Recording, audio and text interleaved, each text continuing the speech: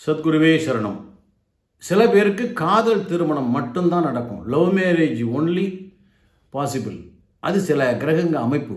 உங்களுடைய ஜாதகத்தில் பார்த்தீங்கன்னா சுக்கிரன் தான் காதலுக்குரிய கிரகம். அது உச்சமாகி இருக்கணும், நீச்சமாகி இருக்கக்கூடாது, தீய கிரகத்தோடு சேரக்கூடாது. அதே மாதிரி செவ்வாய், அவர் தான் இன்னும் உங்கள் காதலை தூண்டக்கூடியவர், சிற்றின்பத்திற்குரியவர் செவ்வாய். ராகு யோகக்காரகன், போகக்காரகன். புதனும் அதை சார்ந்த துணை கிரகம்தான். இவர்களுடைய 5, 7, 9 பாவங்கள் எப்படி அமர்ந்திருக்கு, என்னென்ன கிரகம் அமைந்திருக்கு, இதையெல்லாம் பார்த்தீங்கன்னா உங்களுக்கு இந்த 5, 7, 9 தொடர்புடைய கிரகங்கள் அமைந்திருந்தால் கண்டிப்பாக லவ் மேரேஜ் தான். நீங்கள் எந்த பொண்ணை காதலித்தாலும் அந்த பொண்ணை தான் நீங்கள் திருமணம் பண்ணுவீங்க. லவ் மேரேஜ் மட்டுமே நடக்கக்கூடிய இந்த குறிப்பிட்ட ஜாதகர்கள்.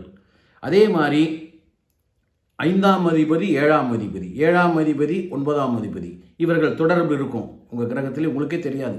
அப்படி தொடர்பு இருக்கின்ற நேரத்தில் 5, 7, 9, 5 to 7, 7 to 9 அப்படி தொடர்பு இருக்கும். இந்த அதிபதிகள் தொடர்பு இருக்கும் பொழுது அவங்க காதலை வெற்றி பெற வைப்பாங்க. இவர்கள் எல்லாம் 5, 7, 9 3 பேரும் கூட்டணி அமைச்சு உங்களுடைய காதலை நிறைவேற்றி வைப்பார்கள். லவ் மேரேஜ் மட்டும்தான் உங்களுக்கு நடக்கும், வேறு திருமணம் நடக்காது. சந்தோஷமாக நீங்கள் தாராளமாக லவ் மேரேஜ் பண்ணலாம், வெற்றி கிடைக்கும். அந்த பெண் உங்களுக்கு மகாலட்சுமி மாதிரி உங்கள் வாழ்க்கையில் மிகப்பெரிய நல்ல விஷயங்கள்லாம் உங்களுக்கு செய்து வைப்பாங்க. வாழ்க்கையில் பொருளாதாரத்தில் உயர்ந்த நிலைக்கு நீங்கள் போவீங்க. ஏன்னா அவர்களுடைய யோகம் உங்களுக்கு வேலை செய்ய ஆரம்பிச்சிடும். நான் நிறைய ப்ரோக்ராமில் நான் சொல்லியிருப்பேன், திருமணமானோடனே ஒரு வாழ்க்கையில் உயர்வதற்கு அந்த வரக்கூடிய மணப்பெண்ணினுடைய ஜாதகம், அந்த யோகம் கணவனுக்கு வந்து சேரும்.